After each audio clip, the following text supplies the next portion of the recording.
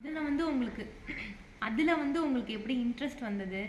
அந்த teaching line வந்து எப்படி உங்களுக்கு பிடிச்சிருந்தது? எப்படி அதை சூஸ் பண்ணீங்க? அதை பற்றி சொல்லுங்கள். டீச்சிங் லைன் பிடிச்சிருந்ததுன்னா அப்பா டீச்சருங்க, அம்மாவும் டீச்சரு. அதனால் வந்து அந்த இது வந்து எனக்கு ரொம்ப பிடிக்குங்க.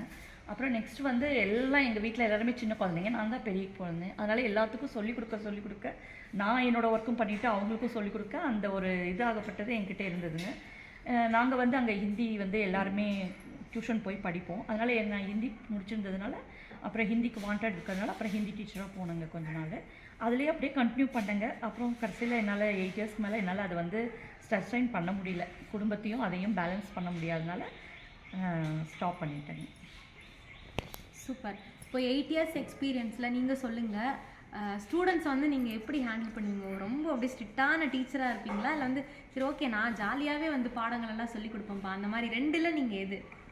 நான் ஜாலியாக தாங்க இருப்பேன். கரெக்டாக போனோன்னே நான் என்னோடய கிளாஸ்க்குலாம் போக மாட்டேங்க. எனக்கு வந்து 6th ஸ்டாண்டர்டு கிளாஸ் டீச்சர் தான் கொடுத்துருப்பாங்க. நான் நேராக ப்ரீகேஜியில் போய் உட்காந்துருப்பேங்க, எல்கேஜியில் உட்காந்துருப்பேங்க. மேடமே வந்து கேட்டாங்கன்னா, ஏன் இங்கே உட்காந்துருக்கீங்க, உங்கள் கிளாஸில் உட்காரல? இல்லைங்க மேடம், இங்கே கொஞ்சம் நேரம் உட்காந்துட்டு நான் அப்புறம் என் கிளாஸ்க்கு போகிறேன்னு சொல்லி. அதனால் என்ன சொல்லுவாங்க, சரி நீங்கள் இங்கே 1 மணி நேரம் இருங்க, அப்புறம் உங்கள் கிளாஸ்க்கு அப்புறம் போங்க. ஏன்னா அந்த அந்த நான் சின்ன பிள்ளையிலேருந்தே அந்த குழந்தைங்களோட நான் இருந்ததுனால எனக்கு அந்த குழந்தைங்கள்னால் எனக்கு ரொம்ப உயிராக இருக்கும். அதனால் ஒவ்வொரு குழந்தையும் அந்த அப்பா அம்மா விட்டுட்டு போகும்போது, அதுங்க அழுகும்போது அதுங்களை சமாதானப்படுத்தி உட்கார வைக்கிறது, அந்த ஹேண்ட்பேக்லேருந்து அந்த ஒரு சாக்லேட் எடுத்து கொடுக்கும்போது அதுங்களோட சந்தோஷத்தை பார்க்குறது, இதெல்லாம் ரொம்ப பிடிக்கும். நீங்கள் டீச்சராக 8 இயர்ஸ் வந்து ஒர்க் பண்ண அந்த ஒர்க் எக்ஸ்பீரியன்ஸில் மறக்க முடியாத மெமரபிள் மூமெண்ட்ஸ்னால் என்ன சொல்வீங்க? மறக்க முடியாத மெமரபிள் மூமெண்ட்ஸ்னால் ஸ்டூடெண்ட்ஸ் வந்து நம்மளை வந்து ஒரு இதாக தான் வச்சுருப்பாங்க. நம்ம கிளாஸ் எடுக்கிற விதமும் உங்களுக்கு ரொம்ப பிடிச்சிருக்குங்க. இப்போ சமயமாக வெளியில் போனோம்னா கூட யாராவது வந்து ஒருத்தர் வந்து பேசுனாங்கன்னா அவங்களை பார்த்தாவே எனக்கு அடையாளம் தெரியாது. ஆனால் அவங்களாம் இன்றைக்கெலாம் பெரிய பெரிய லெவலில் வேறு லெவலில் இருக்காங்க.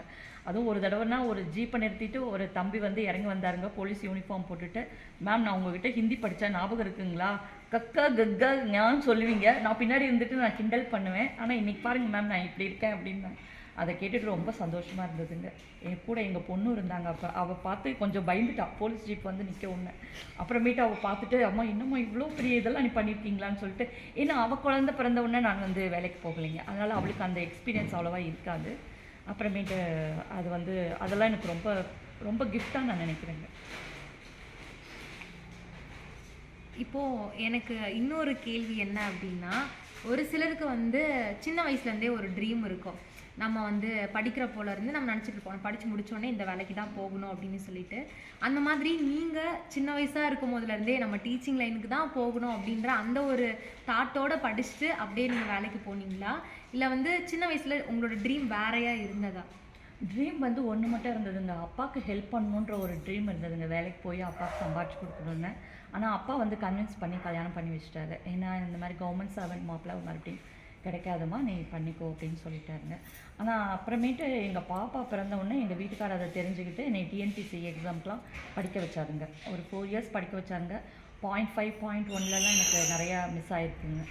அப்புறம் பிஎட்டும் படிக்க வச்சார். அதனால் சரி, அது அப்புறமேட்டு அப்படியே போயிட்டே இருக்கும்போது தம்பி கொஞ்சம் பெருசானாங்க பையன். அவன் வந்து அவனோட படிப்பு இதெல்லாம் போயிட்டுருக்கும்போது நான் வந்து கொஞ்சம் என்னால் முடியல. இப்போ இருக்கிற ஸ்டூடெண்ட்ஸில் என்னால் போட்டி போட முடியல. அதனால் நான் வந்து அப்படியே ஸ்டாப் பண்ணிட்டேங்க. 2015ஓட ஸ்டார்ட் பண்ணிட்டேங்க. அதுக்கப்புறம் என்னோடய சன் படிக்கிறதுக்கு அவர் போயிட்டாருங்க. அதனால் நான் கொஞ்சம் ஸ்டாப் பண்ணிட்டேன். மேரேஜ்க்கு அப்புறம் தான் வந்து உங்களோட கணவர்